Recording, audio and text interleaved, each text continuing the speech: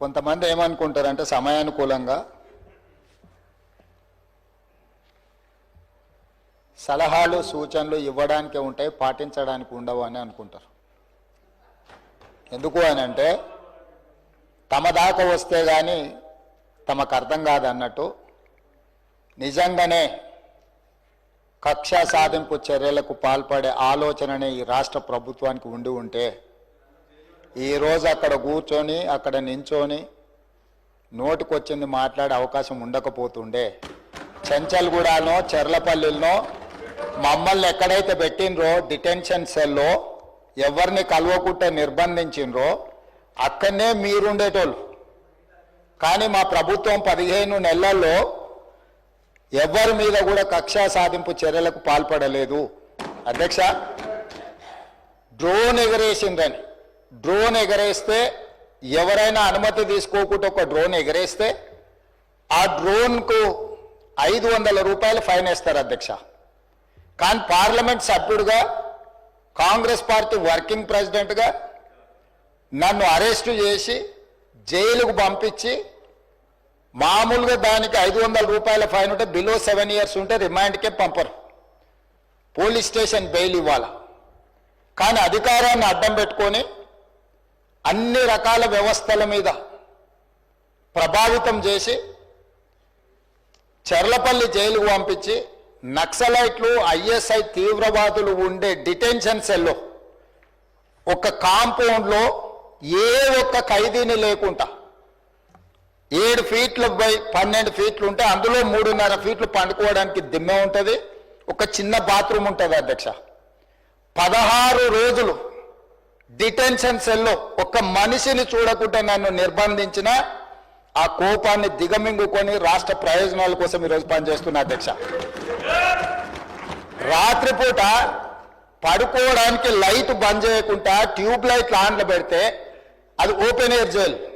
ఇంతింతలో బల్లులు 7 ఫీట్లలో 3.5 ఫీట్లు దిమ్మ ఉంటే దిమ్మ మీద పడుకుంటే ఇంకొక 3.5 ఫీట్లు గ్యాప్ ఉంటుంది. లైట్లు బంద్ చేయకుండా లైట్లు ఓపెన్ పెడితే అధ్యక్ష ఇంతింతలో బల్లులు 20-30 పైన ట్యూబ్ లైట్ ముందు పురుగులు తిరుగుతుంటే అది ఓపెన్ ఎయిర్ జైలు కాబట్టి పురుగులు వస్తే పురుగులను తినడానికి బల్లులు పరిగెత్తుతుంటే ఏ ఒక్క రోజు రాత్రి కూడా పడుకోకుండా మేల్కతో కూర్చున్న అధ్యక్ష.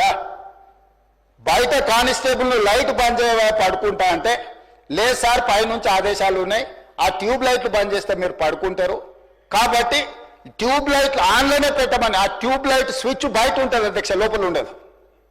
ఆ చిన్న బాత్రూమ్ చిన్నది కూర్చుంటే బయటకు కనిపించేటట్లు ఉంటుంది అధ్యక్ష. ఒకసారి నేను ఎమ్మెల్యేల హోమ్ కూడా నా దగ్గర ఉంది కదా, ఎమ్మెల్యేలను నేను తీసుకెళ్తా, మంత్రులను తీసుకెళ్తా. ఏ జైల్లో ఐఎస్ఐ తీవ్రవాదులను కరడుగట్టిన నక్సలైట్లను బంధిస్తారో పార్లమెంట్ సభ్యుని నన్ను 16 రోజులు అందులో బంధిస్తే 16 రోజులు రాత్రిపూట ఏ ఒక్క రోజు పడుకోలేదు అధ్యక్ష.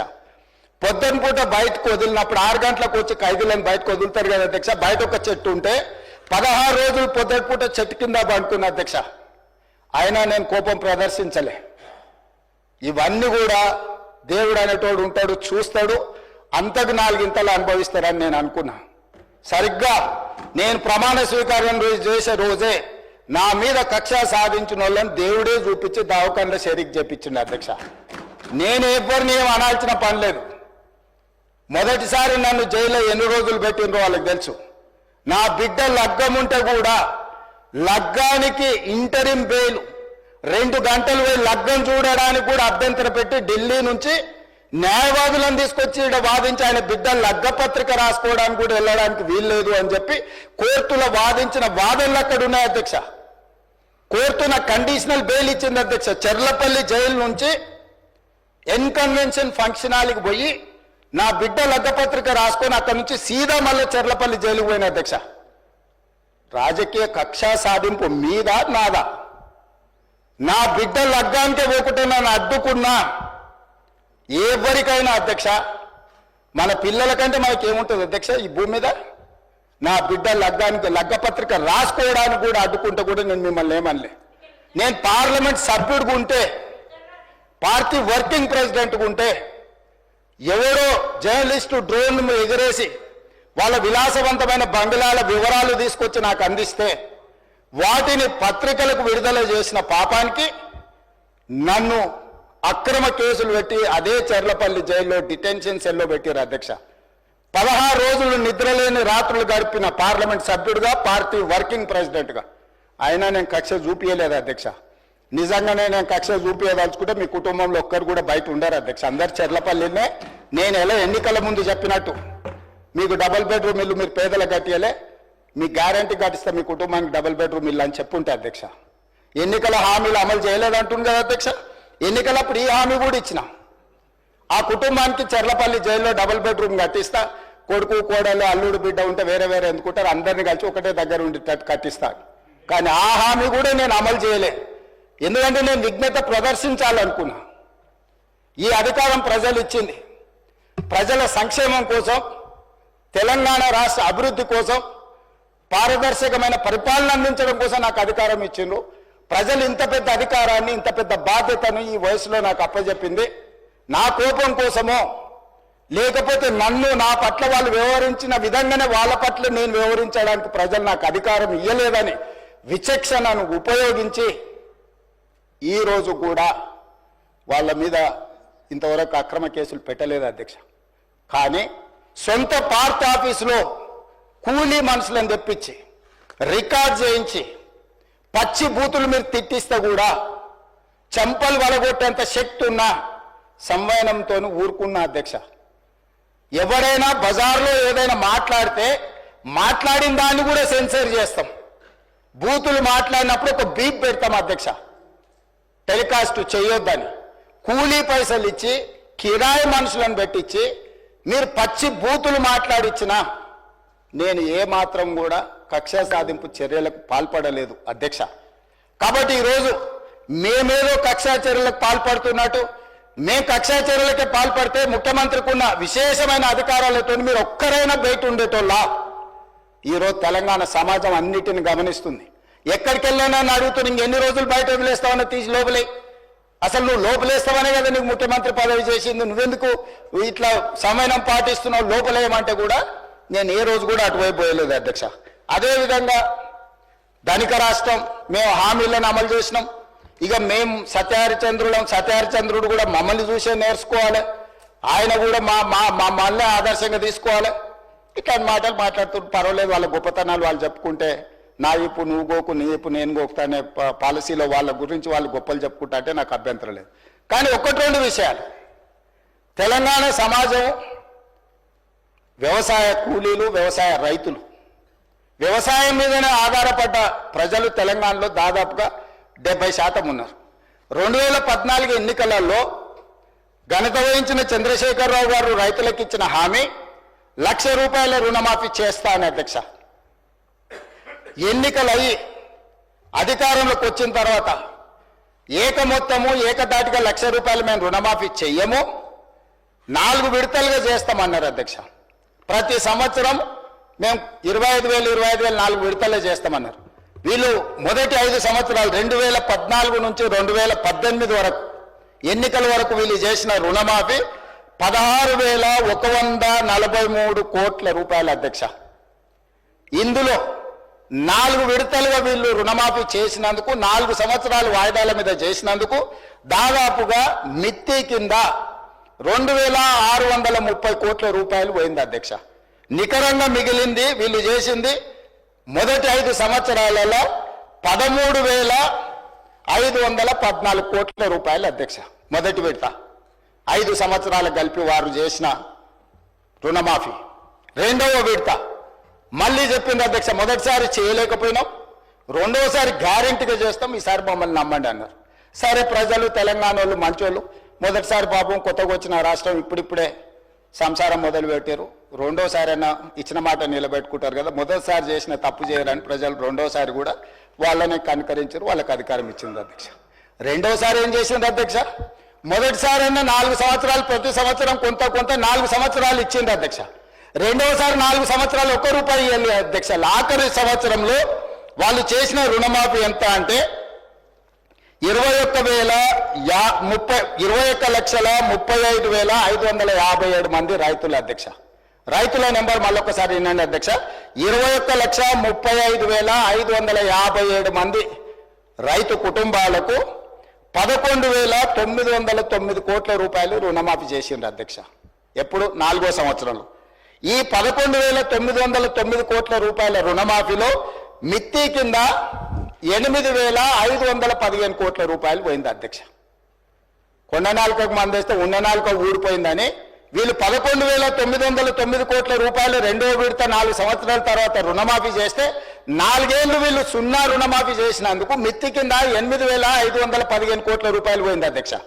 రెండు కలిపి 10 సంవత్సరాల వాళ్ళ పరిపాలనలో 2 సార్లు అధికారాన్ని ప్రజలు వాళ్ళకు అప్పచెప్తే రెండోసారి 3,394 కోట్లు, మొదటిసారి చేసిన రుణమాఫీ 2 కలిపితే 10 సంవత్సరాలలో 16,908 కోట్ల రూపాయలు వాళ్ళు రుణమాఫీ చేసిండ్రు అధ్యక్ష. 10 సంవత్సరాలు. మొదటిసారి 1,00,000, రెండోసారి 1,00,000. మొదటిసారి విడతల వారిగా, రెండోసారి 4వ సంవత్సరంలో చేసిన రుణమాఫీ 16,908 కోట్ల రూపాయలు అధ్యక్ష వాళ్ళు చేసింది. ఇక నన్ను అడుగుతున్నారు, నువ్వు ఎన్నికలలో హామీ ఇచ్చినావు కదా, నువ్వు చేసినావా చేయలేదని. నేను అది కూడా చెప్తా అధ్యక్ష.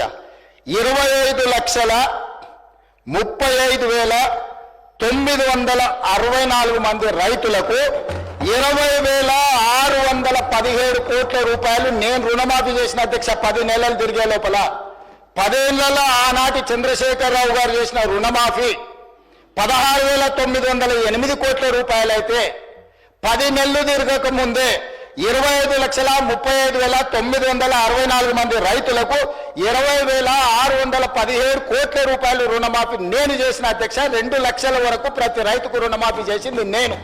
ఇవాళ తమ ద్వారా వారిని అడుగుతున్న అధ్యక్ష, నేను 10 ఏళ్లలో మీరు చేసింది ఏంది, 10 నెలల్లో నేను చేసింది ఏంది?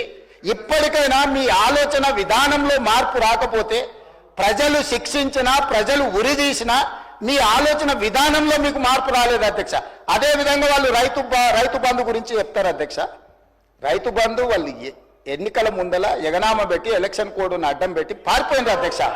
పారిపోతే ఎన్నికల కోడ్ను అడ్డం పెట్టుకొని ప్రజలకు పంగనామం పెట్టి పారిపోతే ఎన్నికల తర్వాత డిసెంబర్ 7, 2023 నాడు నేను అధికారం చేపట్టిన తర్వాత వాళ్ళు ఎగ్గొట్టిన రైతు బంధు 7,625 కోట్ల రూపాయలు నేను చెల్లించిన అధ్యక్ష. వాళ్ళు పారిపోయినారు కదా అని నేను వదిలేయలే. రైతుల పట్ల నాకున్న చిత్తశుద్ధి, వాళ్ళు ఇస్తామని ఎగనామం పెట్టిన రైతు బంధు పథకాన్ని కూడా నేను ముఖ్యమంత్రిగా బాధ్యత చేపట్టిన తర్వాత మా మిత్రుడు బట్టి విక్రమార్క గారు ఆర్థిక మంత్రిగా, అయ్యో రైతులు మనోళ్ళు, దిగిపోయినోడు ఎట్లాగో దిగిపోయినోడి మీద మన నెపం నెట్టేసి రైతులకు అన్యాయం చేయొద్దు, ఈ రైతులను ఆదుకోవాలని 7,625 కోట్ల రూపాయలు మొదటి విడత రైతు బంధు పథకాన్ని నేను చెల్లించిన వాళ్ళు పంగనామాలు పెట్టిన రైతు బంధు అధ్యక్ష. రెండోసారి 4,666 కోట్ల 59 లక్షలు ఇప్పుడు నేను రుణమాఫీ, వీళ్ళు సంవత్సరానికి 10,000 అంటే దాన్ని పెంచి సంవత్సరానికి 12,000గా మార్చి వాళ్ళకి ఈరోజు 4,666 కోట్ల 59 లక్షల రూపాయలు ఈ రోజు రైతులకు రైతు భరోసా పథకం కింద నేను చెల్లించిన అధ్యక్ష. టోటల్గా ఇప్పటి వరకు రైతు భరోసా పథకం కింద 12,291 కోట్ల 73 లక్షలు ఈ రోజు నేను రైతులకు రైతు భరోసా పథకం కింద నేను ప్రభుత్వాన్ని ఏర్పాటు చేసిన తర్వాత నేను చెల్లించిన అధ్యక్ష. అదే రకంగా ఆనాడు వరేస్తే ఊరేసుకున్నట్టని వాళ్ళు మాత్రం వరి పండించుకొని ఫామ్ హౌస్లో 150 ఎకరాల కావేరీ సీడ్కు 4,500 రూపాయల క్వింటాల్ అమ్ముకున్నారు అధ్యక్ష. రికార్డు ఉంది. 4,500 అధ్యక్ష. వాళ్ళు పండించిన వడ్ల ఫామ్ హౌస్లో బంగారం పండుతుంది అధ్యక్ష. 4,500 రూపాయలకు క్వింటాలేమో దొరగారి ఒట్లు కొనుక్కుంటారు. పేద రైతు అందించిన రైతులకు మీరు ఒరేసుకుంటే ఊరేసుకున్నట్టే అని చెప్పి వాళ్ళు రైతులను ఉరిదీస్తాం ఒరేసుకుంటా అని చెప్తే, నేను వచ్చిన తర్వాత మా ఉత్తమ్ కుమార్ రెడ్డి గారు నేను కలిసి ఆలోచన చేసి, మీరు వరి పండించండి, చివరి గింజ వరకు కొనుక్కుంటాము, మీరు సన్న ఒట్లు పండిస్తే 500 రూపాయల బోనస్ కూడా ఇస్తాము, కనీసం మద్దతు ధరతో పాటు 500 రూపాయల బోనస్ ఇస్తామని సన్న ఒట్లు పండించిన రైతులకు 1,162 కోట్ల రూపాయలు బోనస్ కింద 500 రూపాయలు ఇచ్చిన చరిత్ర నాది అధ్యక్ష. సంవత్సరం తిరిగే లోపల రైతులకు మేము అందించింది ఇది ఉచిత కరెంటు. ఏం సంబంధం అధ్యక్ష వాళ్ళకు ఉచిత కరెంటు? ఉచిత కరెంటును కనిపెట్టిందే కాంగ్రెస్ పార్టీ. ఈ దేశంలో కరెంటును కనిపెట్టిందే కాంగ్రెస్ పార్టీ. ఈ రాష్ట్రంలో కరెంట్ ఇచ్చిందే కాంగ్రెస్ పార్టీ. ఈ రాష్ట్రంలో రైతాంగానికి ఉచిత కరెంట్ ఇవ్వాలని అన్నదే కాంగ్రెస్ పార్టీ, కనిపెట్టిందే కాంగ్రెస్ పార్టీ. ఉచిత కరెంట్ అనే పేటెంట్ కాంగ్రెస్ పార్టీది. కరెక్ట్. మా రాజ్ ఠాకూర్ చెప్పినట్టు కాంగ్రెస్ అంటేనే కరెంట్, కరెంట్ అంటేనే కాంగ్రెస్. అట్లాంటి కాంగ్రెస్ పార్టీ కరెంటు మీద, ఉచిత కరెంటు మీద 29,14,692 మంది రైతులకు 15,333 కోట్ల రూపాయలు రైతులకు ఉచిత కరెంటు కోసం మా ప్రభుత్వం నిధులు వెచ్చించింది అధ్యక్ష. అదేవిధంగా రైతు బీమా, మీరు అంటున్నారు రైతు బీమా ఈ పథకాన్ని కొనసాగించినాం. 1,555 కోట్ల రూపాయలు 26,620 మంది రైతు కుటుంబాలకు ప్రీమియం చెల్లించి రైతు బీమా పథకాన్ని అమలు చేసినాం అధ్యక్ష. ఇవాళ నేను తమరిని అడుగుతున్నా అధ్యక్ష, మీరు ఎగ్గొట్టిన రైతు బంధు మేమే చెల్లిస్తుంది, మీరు ఎగ్గొట్టిన రైతు రుణమాఫీ మేమే చేస్తుంది, మీరు ఒరేసుకుంటే ఉరేసుకున్నారని మీరు చెబితే కూడా మేము ఆ ఒరిని ఇవ్వడమే కాకుండా 500 రూపాయల బోనస్ ఇచ్చి కొనుగోలు చేస్తుంది. ఉచిత కరెంటును కొనసాగించి 24 గంటలు ఇచ్చి 1,000 కోట్ల రూపాయలు మేమే చెల్లిస్తుంది. ఇవాళ రైతు బీమా పథకాన్ని మేమే చేస్తాం. ఎన్నికల హామీలను ఎక్కడ అమలు చేయలేదు అధ్యక్ష? మీరు 10 ఏళ్ళు చేయలేని పనులు 10 నెలల్లో మేము చేసినప్పుడు కళ్ళల్లో నిప్పులు పోసుకునే బదులు, కడుపులో కత్తులు పెట్టుకొని కౌగులించుకునే బదులు, అరే పిల్లగాడు అయినా యువకుడు అయినా బాగా చేసినవా, మంచిగా ఉంది, ఇంకా కష్టపడు, ఇంకా కొంచెం బాగా చేయని ప్రోత్సహించినట్టు మాట్లాడవచ్చు కదా ప్రతిపక్ష నాయకుడు వచ్చి. వారి వయసుకి వారి అనుభవానికి మేము గౌరవం ఇస్తామని కదా అధ్యక్ష.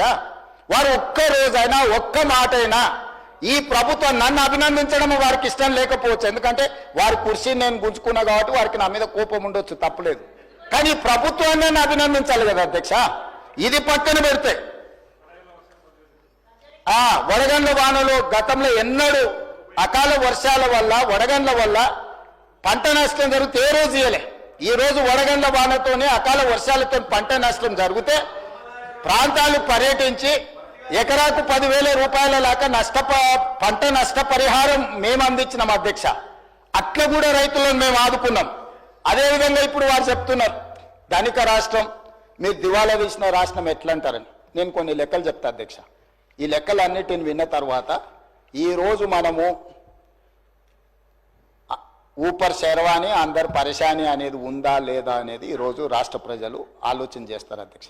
16 మంది ముఖ్యమంత్రులు దాదాపుగా 1956 నుంచి 2014 వరకు 58, దాదాపుగా 60 సంవత్సరాలు లెక్కేసుకొని 16 సార్లు ముఖ్యమంత్రులు చేసిన అప్పు ఎఫ్ఆర్బిఎం రాష్ట్రాలకు 4 రకాల అప్పులు చేయడానికి ఉంటుంది అధ్యక్ష. ప్రత్యక్షంగా రాష్ట్ర ప్రభుత్వం అప్పు చేయడానికి ఎఫ్ఆర్బిఎం అంటారు అధ్యక్ష. అదొక అప్పు. గవర్నమెంట్ గ్యారంటీ ఇచ్చి స్పెషల్ పర్పస్ వెహికల్స్ కింద వాళ్ళు పెట్టుకున్న కార్పొరేషన్స్ మీద మనం గవర్నమెంట్ గ్యారంటీ ఇస్తుంది, కార్పొరేషన్ పేరు మీద, కానీ చెల్లించేది కూడా మనమే. 3వ రకం అధ్యక్ష, గవర్నమెంట్ గ్యారంటీ ఇస్తుంది, కార్పొరేషన్స్ తెచ్చుకున్న గ్యారంటీ ఇచ్చినా ఆ కార్పొరేషన్సే తిరిగి చెల్లించుకుంటాయి. 4వది గవర్నమెంట్ గ్యారంటీ ఉండదు, వాళ్ళు సొంతంగా చేసుకుంటారు అధ్యక్ష. ఈ 4 రకాల రాష్ట్ర ప్రభుత్వానికి అప్పులు చేసే వెసులుబాటు ఉంటే ఎఫ్ఆర్బిఎం పరిధిలో జూన్ 2, 2014 తెలంగాణ రాష్ట్రం ఏర్పడ్డ రోజు వారికి అప్పచెప్పినప్పుడు తెలంగాణ రాష్ట్రం యొక్క అప్పు 72,658 కోట్ల అధ్యక్ష. ఎఫ్ఆర్బిఎం అప్పు నికరంగా రాష్ట్ర ప్రభుత్వం చేసిన అప్పు. అదేవిధంగా government guaranteed loans raised by SPV but are serviced by government, అంటే ఎస్పీవి మీద లోన్ ఉన్న గవర్నమెంటే కడుతుంది, 11,609 కోట్ల అధ్యక్ష. అదేవిధంగా government guarantee loans which are raised by SPV and served by them, అంటే గవర్నమెంట్ గ్యారంటీ ఇస్తుంది కార్పొరేషన్లకు, తిరిగి కార్పొరేషనే కట్టుకుంటుంది. ఆ పేరు మీద 5,893 కోట్లు. అదేవిధంగా గవర్నమెంట్ అంటే గవర్నమెంట్ గ్యారంటీ లేకుండా వాళ్ళే తెచ్చుకునేవి ఆ రోజు 0, 1 రూపాయి కూడా అప్పు లేదు. ఈ మొత్తం కలిపితే 3 రకాల అప్పులు కలిపినప్పుడు జూన్ 2, 2014 సభ్యులందరూ కూడా వినాలి, 90,161 కోటి అధ్యక్ష. 90,161 కోటి రూపాయల అప్పుతోని ధనిక రాష్ట్రంగా వారికి మేము అప్పజెప్పడం జరిగింది.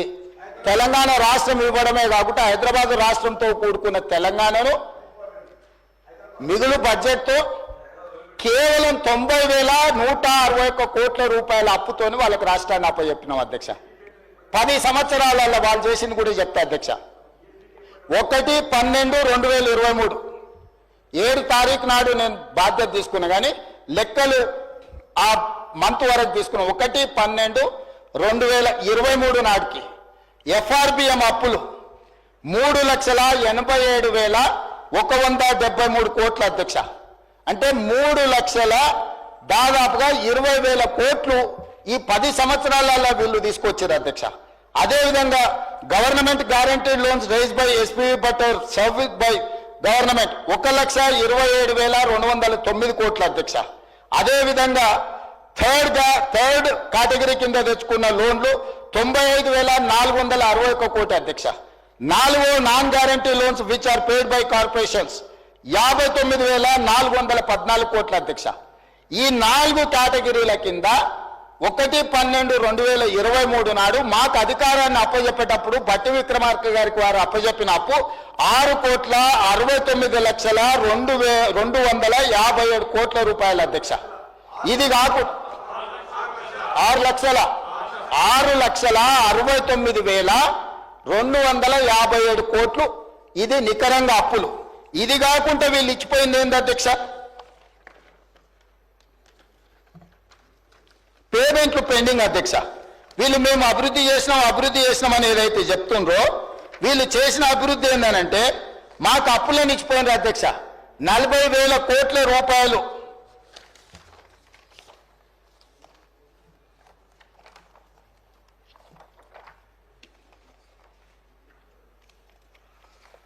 అసలు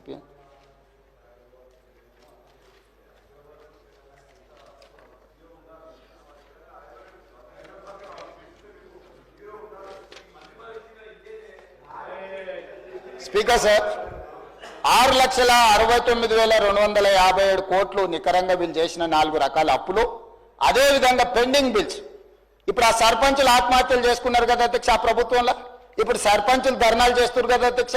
ఇట్లాంటి సర్పంచులే కాకుండా ప్రభుత్వ ఉద్యోగులకు ఇవ్వాల్సిన జీతభత్యాలు పెన్షన్లు ఇట్లాంటివి వాళ్ళ రిటైర్మెంట్ బెనిఫిట్స్ 40,154 కోట్ల అధ్యక్ష. ఇవే కాకుండా అదర్ పెండింగ్ బిల్స్ అన్డిక్లేర్డ్ అంటే ఈరోజు ఉచిత కరెంటు కింద విద్యుత్ శాఖకు అదేవిధంగా సింగరేణి నుంచి బొగ్గు కొనుక్కొని other pending bills discom energy dues Singareni power dues SC and ST సప్లైన్ బ్యాక్లాగ్ పేమెంట్స్ 1,09,740 కోట్ల అధ్యక్ష. 1/12/2023 నాటికి కల్వకుంట్ల చంద్రశేఖరరావు గారు రాష్ట్ర ప్రభుత్వాన్ని మాకు అప్పచెప్పినప్పుడు 8,19,151 కోటి అధ్యక్ష. ఇక వాళ్ళు సాధించిన అభివృద్ధి ఏందో వాళ్ళు ఎలుగబెట్టిందేందో ఆ ఎలుగబెట్టుతో తెలంగాణ వెలిగిందేందో 90,000 కోట్లతోని అప్పచెప్తే 8,19,000 కోట్ల అప్పుతోని మాకు అప్పచెప్పి 10 ఏళ్లలోనే 60 ఏళ్ళు 16 మంది ముఖ్యమంత్రులు కలిసి చేసిన అప్పు 90,000 కోట్లు అయితే ఒక వ్యక్తి ఒక కుటుంబం ఒక పార్టీ చేసిన అప్పు 7.5 లక్షల కోట్ల అప్పు చేసిండ్రు అధ్యక్ష. 7.5 లక్షల కోట్ల అప్పు చేసి మాకు అప్పచెప్పి దివాలా తీసిన రాష్ట్రాన్ని మాకు అప్పచెప్తే ఈ రోజు ఆయన నానా తిప్పలు పడి ఏదో దాన్ని సరిదిద్దడానికి ప్రయత్నం చేస్తుంటే దాన్ని కాదు కూడా అంటారు అధ్యక్ష. ఇంకొక లెక్క కూడా చెప్తా అధ్యక్ష. గతంలో ఆర్థిక మంత్రిగా పనిచేసిన ఆయన మీరు 1,52,000 కోట్ల అప్పులు చేసింది అన్నాడు. 1,52,000 కోట్లు కాదు అధ్యక్ష.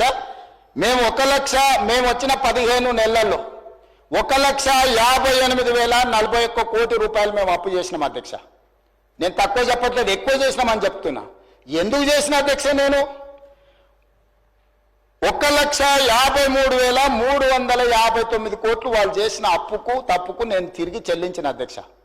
ఈ రోజు వీళ్ళు చేసిన అప్పులకు వడ్డీ అసలుకు 88,591 కోటి కట్టిన, మిత్తికి 64,768 కోట్లు కట్టిన.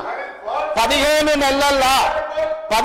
నెలల్లో తెలంగాణ రాష్ట్ర ప్రభుత్వం చేసిన అప్పు 1,58,041 కోటి అయితే మేము వాళ్ళు చేసిన అప్పులకు మేము కట్టింది 1,53,559 కోట్ల అధ్యక్ష. నికరంగా 15 నెలల్లో మేము చేసిన అప్పులకెళ్ళి రాష్ట్ర ప్రభుత్వాన్ని నిర్వహించడానికి 4,682 కోట్ల రూపాయలు మాత్రమే అధ్యక్ష. ఈ రోజు మీరు మొత్తం రాష్ట్రాన్ని కార్పొరేషన్ వైజ్ నేను చెప్పదలుచుకున్న అధ్యక్ష, ఏ కార్పొరేషన్ మీద ఎంత అప్పు తెచ్చిందో మేము ఎంత కట్టినామో కూడా చెప్తే మీరు నోట్ చేసుకోవాలి అధ్యక్ష. తర్వాత ఈ కాపీ పంపిస్తా మాజీ ఆర్థిక మంత్రికి. అధ్యక్ష, కాళేశ్వరం ఇరిగేషన్ ప్రాజెక్ట్ కింద 74,590 కోట్లు వాళ్ళు తెచ్చింది అధ్యక్ష. ఆనాడు 1/12/2023 నాటికి కాళేశ్వరం ఇరిగేషన్ ప్రాజెక్టు మీద వాళ్ళు 74,590 కోట్లతో మాకు అప్పచెప్తే ఈ రోజు ఆ అప్పు 68,947 కోట్లకు తగ్గింది అధ్యక్ష. నేను వాళ్ళు తెచ్చిన అప్పులోకి వెళ్ళి 5,643 కోట్ల రూపాయలు కాళేశ్వరం కూలిపోయిన కాళేశ్వరానికి కూడా ఈ రోజు 5,643 కోట్ల రూపాయలు నేను కట్టిన అధ్యక్ష. అదేవిధంగా Telangana state water resources infrastructure development corporation limited 14,060 కోట్లు వాళ్ళు మాకు అప్పు చెప్తే ఈ రోజు ఉన్న అప్పు 28/2/2025 నాటికి 12,816 కోట్లు. వాళ్ళు చేసిన అప్పు నేను 1,244 కోట్ల రూపాయలు నేను చెల్లించిన అధ్యక్ష. అదేవిధంగా అధ్యక్ష, Telangana drinking water supply corporation limited mission Bhagiratha అని గొప్పలు చెప్తుంటారు కదా అధ్యక్ష, 20,200 కోట్ల రూపాయలు అప్పు తెచ్చింది అధ్యక్ష. వాళ్ళు నాకు అప్పచెప్పిన రోజు ఇచ్చింది ఎప్పటికీ 1/12/23 నాటికి. నేను ఈ రోజు 28/2/2025 నాటికి ఈ అప్పు 17,200 కోట్లకు తగ్గింది అధ్యక్ష. 3,000 కోట్ల రూపాయలు వాళ్ళు అప్పు చేసిపోతే నేను చెల్లించిన అధ్యక్ష, మా బట్టి విక్రమార్క గారు చెల్లించరు. అదేవిధంగా టీజీ హౌసింగ్ కార్పొరేషన్ లిమిటెడ్ వాళ్ళు అప్పు చెప్పిన రోజు 6,470 కోట్ల రూపాయలు అప్పు ఉంటే ఈ రోజు 5,820 కోట్ల అప్పు ఉంది అధ్యక్ష. నేను 650 కోట్ల రూపాయలు వాళ్ళు చేసిన అప్పులకు నేను పాయమాలు కట్టిన అధ్యక్ష. అదేవిధంగా అధ్యక్ష, ఈ రోజు టీజీ రోడ్డు కార్పొరేషన్ లిమిటెడ్ కు వాళ్ళు 2,951 కోటి రూపాయలు అప్పు చేస్తే ఇవాళ 2,646 కోట్ల అప్పు ఉంది అధ్యక్ష. 305 కోట్ల రూపాయలు నేను తిరిగి చెల్లించిన అధ్యక్ష. అదేవిధంగా Hyderabad metropolitan water supply and sewerage బోర్డుకు 2,352 కోట్ల రూపాయలు వాళ్ళు నాకు అప్పుతో అప్పచెప్పిస్తే ఈ రోజు 1,830 కోట్ల రూపాయలు మాత్రమే అప్పు ఉంది అధ్యక్ష. 522 కోట్ల రూపాయలు నేను చెల్లించిన అధ్యక్ష. అదేవిధంగా అధ్యక్ష, ఈ రోజు హైదరాబాద్ మెట్రో రైల్ లిమిటెడ్ 286 కోట్లతో నాకు అప్పచెప్తే ఈ రోజు 263 కోట్ల రూపాయలు ఉంది, 23 కోట్ల రూపాయలు నేను కట్టిన అధ్యక్ష. అదేవిధంగా అధ్యక్ష, Telangana sheep and goat development corporation cooperative federation limited గొర్రెలు బర్రెలు మేము బాగా పంచడం అంటుంది కదా అధ్యక్ష, వీళ్ళు 907 కోట్ల రూపాయలతో నా కార్పొరేషన్ కోఆపరేటివ్ సొసైటీస్ నాకు అప్పచెప్తే ఇవాళ 214 కోట్ల రూపాయల అప్పు ఉంది. ఈ గొర్రెల పేరు మీద వీళ్ళు చేసిన స్కామ్ కు 692 కోట్ల రూపాయలు నేను చెల్లించిన అధ్యక్ష వీళ్ళు చేసిన పాపాలకు. అదేవిధంగా fishermen cooperative societies federation limited 125 కోట్లతో నాకు అప్పచెప్తే ఈ రోజు అప్పు 56 కోట్లు ఉంది, దానికి 69 కోట్ల రూపాయలు నేను కట్టిన అధ్యక్ష. అదేవిధంగా Telangana dairy development cooperative federation limited 132 కోట్ల అప్పుతో నాకు అప్పచెప్తే 79 కోట్ల రూపాయలు ఈ రోజు అప్పు ఉంది, 53 కోట్ల రూపాయలు నేను తిరిగి చెల్లించిన అధ్యక్ష. అదేవిధంగా అధ్యక్ష, ఈరోజు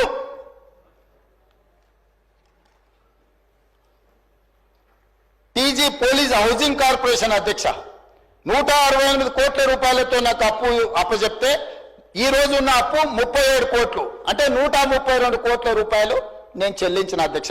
టోటల్ గా 1,27,209 కోట్ల రూపాయలతో ఈ 18 కార్పొరేషన్లు నాకు అప్పచెప్తే ఈ రోజు ఉన్న అప్పు ఈ కార్పొరేషన్ల పేరు మీద 1,17,109 కోట్ల రూపాయలు అధ్యక్ష.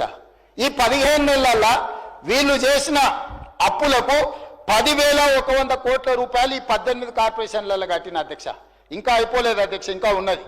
అదేవిధంగా ఏవైతే ఎస్పీఎల్ కార్పొరేషన్ చేసే దాంట్లో 28/2/2025 నాటికి ఈ రోజు Telangana state civil supplies corporation అధ్యక్ష పౌర సరఫరాల శాఖ 56,146 కోట్ల రూపాయలతో నాకు అప్పు అప్పచెప్తే ఈ రోజు మేము ఇన్ని చేస్తే కూడా 57,824 కోట్ల రూపాయలు ఉంది అధ్యక్ష. మేము ఆన్ టైంలో మేము చెల్లించినాం.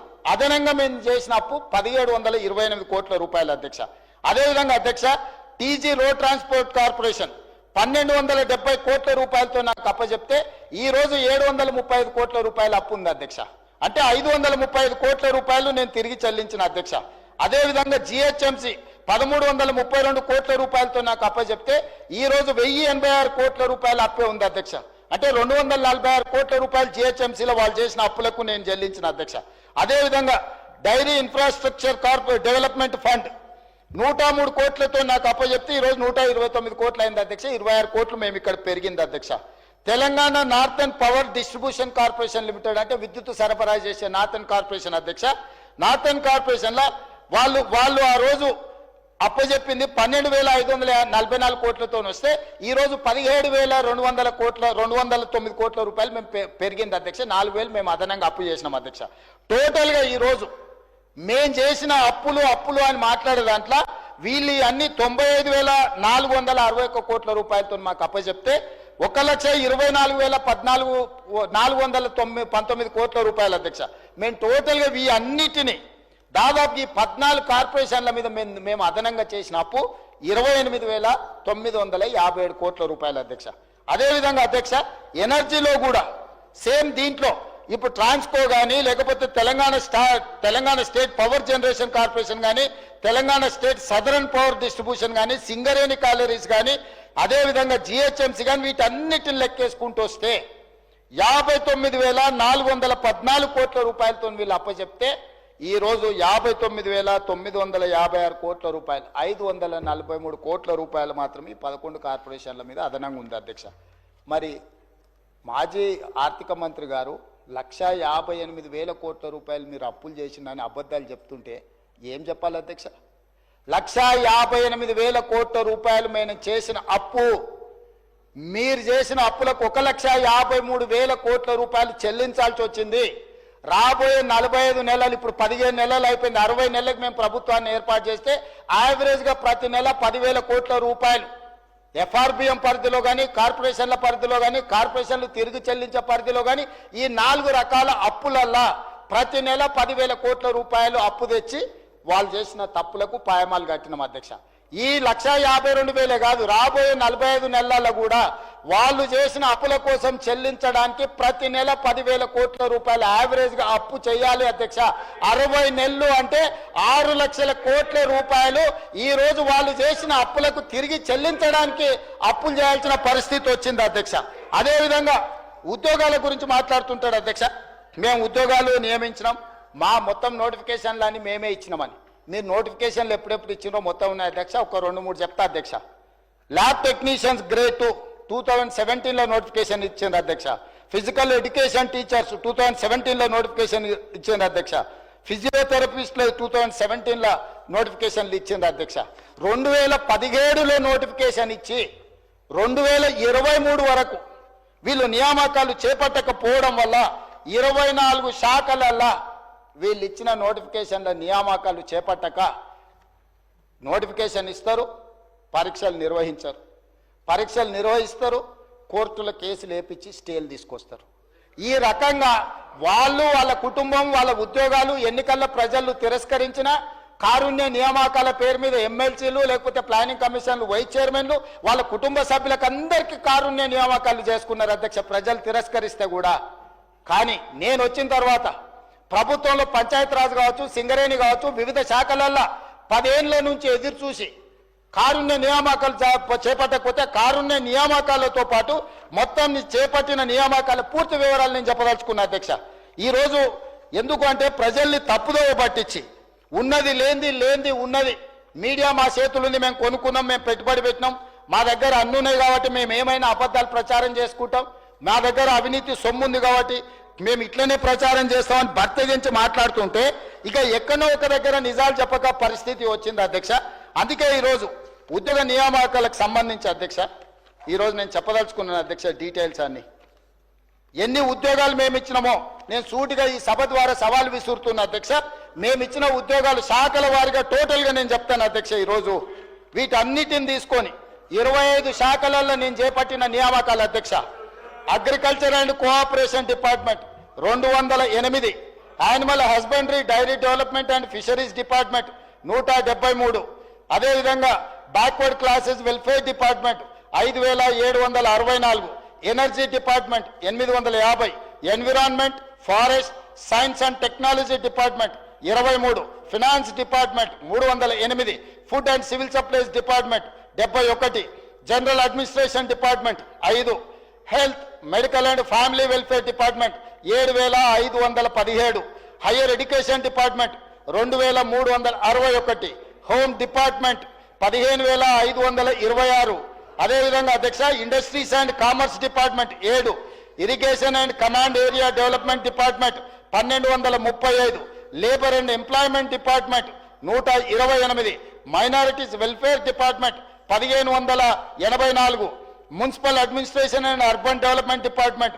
3148, Panchayat Raj and rural development 1232, planning department 2, revenue department 3048, schedule caste development department 2562, secondary education department 10211, transport road and building department 442, tribal welfare department 1413, women child disabled and senior citizens department 115, youth advancement tourism and culture department 13, మొత్తం కలిపి 57,946 ఈ 15 నెలల నా ప్రభుత్వ నియామకాలను చేపట్టింది.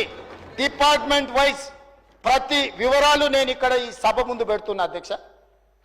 ఈ దేశంలోనే స్వతంత్రం వచ్చినప్పటి నుంచి ఏ ప్రభుత్వం కూడా including Congress governments, Narendra Modi గారు ప్రాతినిధ్యం వహిస్తున్న గుజరాత్లో రైతులకు ఇన్ని వేల కోట్ల రుణమాఫీ జరగలేదు, రైతులకు రైతు బంధు ఇవ్వలేదు, రైతులకు ఉచిత కరెంటు ఇవ్వలేదు, రైతులు పండించిన పంటకు బోనస్ ఇవ్వలేదు. రాష్ట్రంలో ఉన్న అప్పులను వాళ్ళు చేసిన అప్పులన్నిటికీ మళ్ళీ అప్పులు చేసి తిరిగి చెల్లించి 1,52,000 కోట్ల రూపాయలు తిరిగి చెల్లించి ప్రతి నెల 1వ తారీఖు నాడు ప్రభుత్వ ఉద్యోగులకు 1వ తారీఖు నాడు జీతాలు ఇస్తున్నాం. మీరు ఉన్నప్పుడు నెలాఖరు వరకు కూడా ప్రభుత్వ ఉద్యోగులకు కూడా విడతల వారిగా జీతభత్యాలు ఇచ్చిన మీరు ఇవాళ మమ్మల్ని నా తప్పు పట్టేది. ఇవాళ 57,946 ఉద్యోగాలు మేమిస్తే మీ కుటుంబంలో 2 కారుణ్య నియామకాలు 4 మంత్రులు తీసుకున్న మీరు మాకొచ్చి ఇక్కడ నించొని నీతులు చెప్తారా? మీ నీతులు చెప్తే మేము వినాలా? కాబట్టి ఇప్పటికైనా మీ ఆలోచన విధానాన్ని మార్చుకోండి. మేం కక్ష సాధింపు రాజకీయాలకు పాల్పడడం లేదు. మేం కక్ష అంటూ సాధించడం మొదలు పెడితే మీరెవ్వరు ఇక్కడ ఉండరు. మీరు అందరు చెర్లపల్లిలో చెంచడుగోలులో ఉండేవాళ్ళు. మీరు ఆనాడు కృష్ణమాదిగని వదలలే, రవిప్రకాష్ని వదలలే, రేవంత్ రెడ్డిని వదలలే, కనిపించిన ఎవరిని వదలలే.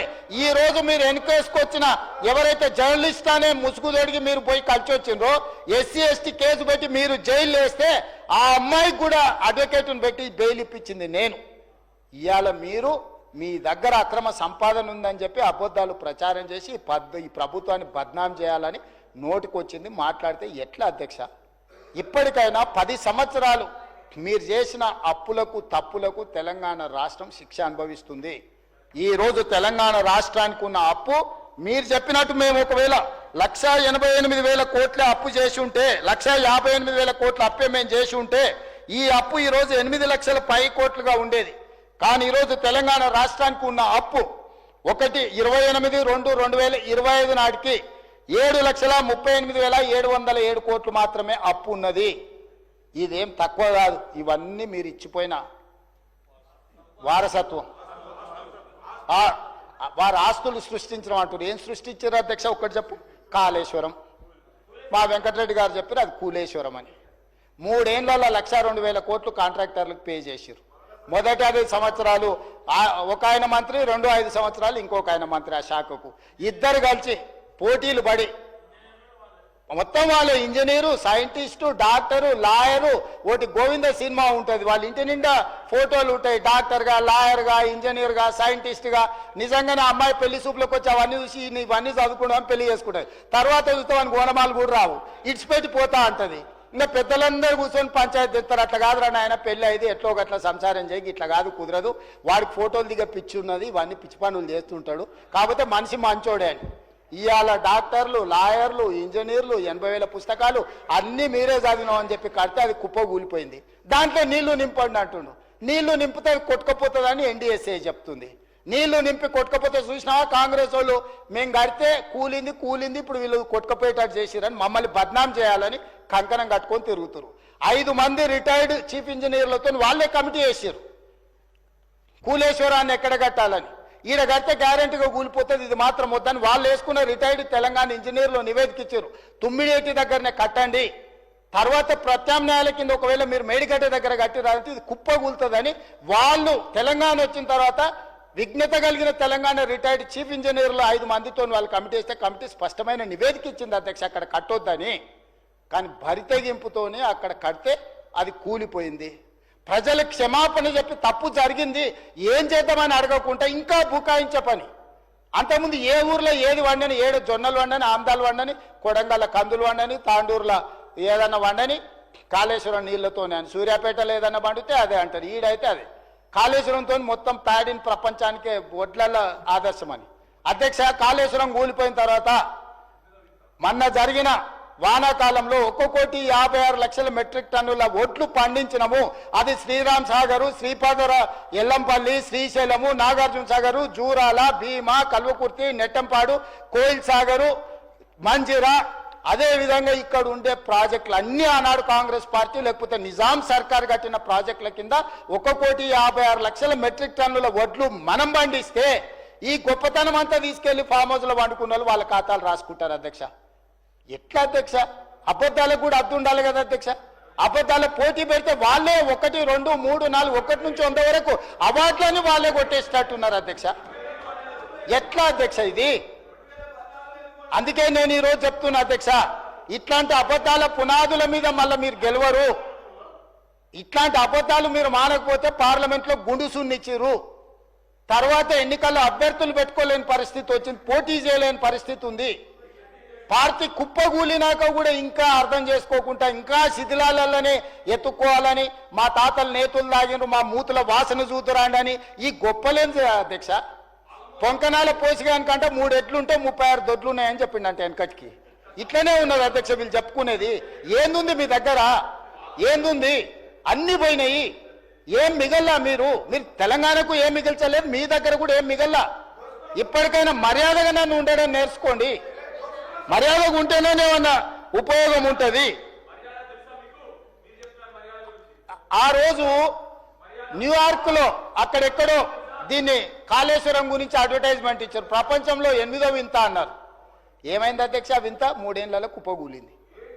ఇప్పటికైనా నా రిక్వెస్ట్ ఒక్కటే, వయసు ఉన్నది సరే, మీరిద్దరు ఆడ ఆశ పడుతున్నారు, పెద్ద మనిషి వదిలేటట్టు లేడు. మేమందరం కూడా పెద్ద మనిషి ఉంటేనే బాగుంటుంది, ఇలా చేతికిస్తే ఏం చేస్తారో తాడు బొంగరం లేకుండా అని తెలంగాణ సమాజానికి ఒక భయం ఉంది. వాళ్ళిద్దరు పోటీ తెలంగాణ ప్రజల సాగుకు వచ్చింది అధ్యక్ష.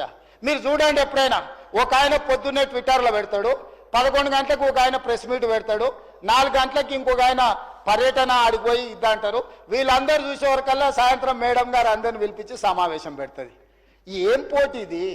ఎందుకు పోటీ? అసలైన ఆయన నేను వెనకటికి చెప్పిన అధ్యక్ష, వెనకటికి ఆయన మారుతుండు, ఈయనకి ఇస్తున్నాను. కొంతమంది పాపం తెలియని అమాయకులు అందులో ఉన్న మంత్రులు మా పెద్ద సార్ పోతున్నాడు, మా చిన్న సార్ వస్తున్నాడు భజన సంఘం పెట్టి భజన చేసిరు. నేను రోజు చెప్పిన ఈపులు చింతపండు అయితే అని పెద్ద మనిషి వచ్చి చెప్తాడని. సరిగ్గా నేను చెప్పిన నెలకే వచ్చి చెప్పిండు, ఎవర్రా వాడు అన్నాడు, ఈపు చింతపండు అవుతుంది ఇంకోసారి మాట్లాడతాను. ఆయన మంచిగా ఉన్నాడు, ఆయనకి ఏం ప్రాబ్లం లేదు, వీళ్ళు ఆశపడ్డ ప్రయోజనం లేదు.